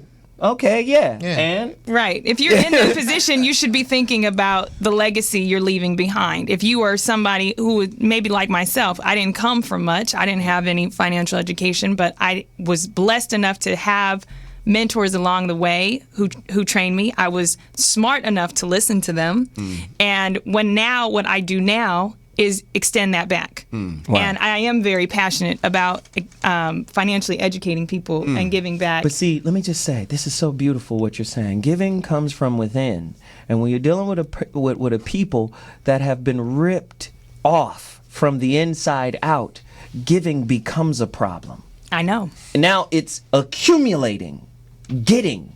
Right. It's not giving. And this is why our relationships are empty, just a empty vase. Right. That's what I'm saying is that the challenge becomes, if you are unhappy to the level that you're unhappy, you need to be giving more. Wow. Giving more to your relationships, giving more to other people, and being the better person. Jeff Brown? I feel like sometimes we are being asked to share food when we've been starving. That's what I said. Yeah. Yeah. It's you got to understand why this person's etiquette is the way it is. If you put Oprah Winfrey, Bill Cosby, Michael Jordan, and Cornel West in a lodge up in the mountains for 2 weeks with no food, somebody finna eat somebody. Well, Oprah will be first, right? Yeah. To get Oprah, killed? Yeah, Oprah, yeah. Somebody finna out they become cannibals because of their surroundings. And you the biggest, Oprah. You got to go. All right, let me do this. Stop being niggardly. And 9 other things black people need to stop doing. A book by Karen Hunter. Stop being niggardly. And 9 other things black people need to stop doing by Karen Hunter. Go get that book. Here's another one. Conversate is not a word. Getting away from the ghetto. Jam Donaldson. Conversate is not a word. Getting away from the ghetto. Jam Donaldson. And the final one that I have here. Sacred Woman. If you're a woman, every woman should get this book. Please, please, please go out and get this book. Every woman, learn how to be a woman. Go get it. Sacred Woman. A guide to healing the feminine body, mind, and spirit. Queen Afua. And yes, Karen Hunter did publish Pimpin' Ken's Pimpology book. Go get the Pimpology book. The 48 Laws of Pimpology. Go get it. The reason why she did this book, let me tell you, the reason why she did this book, she made Pimpin' Ken put practical knowledge in his book so he can take people away from the pimp mentality, or else she wouldn't have done it. What's who the author? Okay, I'm just giving out giving out books. We got 2 minutes, we gotta go. But let me do this. Round robin. Bobby, where can they find you? Where can Glanton Smith, that's the Twitter address. And my website is www.realmendon'tplay.com. Wow. Gotta follow Bobby Glanton Smith. My good man, Jeff Brown. At GB Funny Style is the Twitter. Find me on Facebook. T-shirts and ringtones are coming, I promise. Wow. Awesome. Denisha Danielle.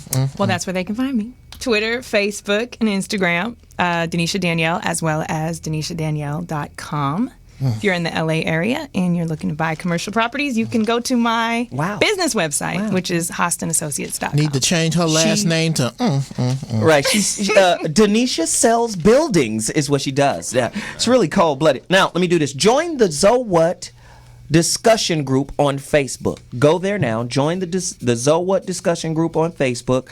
I got a Zo Williams fan page, Facebook, Twitter, Instagram. Zoser Williams on Instagram. Zoser Williams on Instagram. And at Zo Williams on Twitter. Great topic. We'll be back next week with another heater. Zo What? We out. Deuces.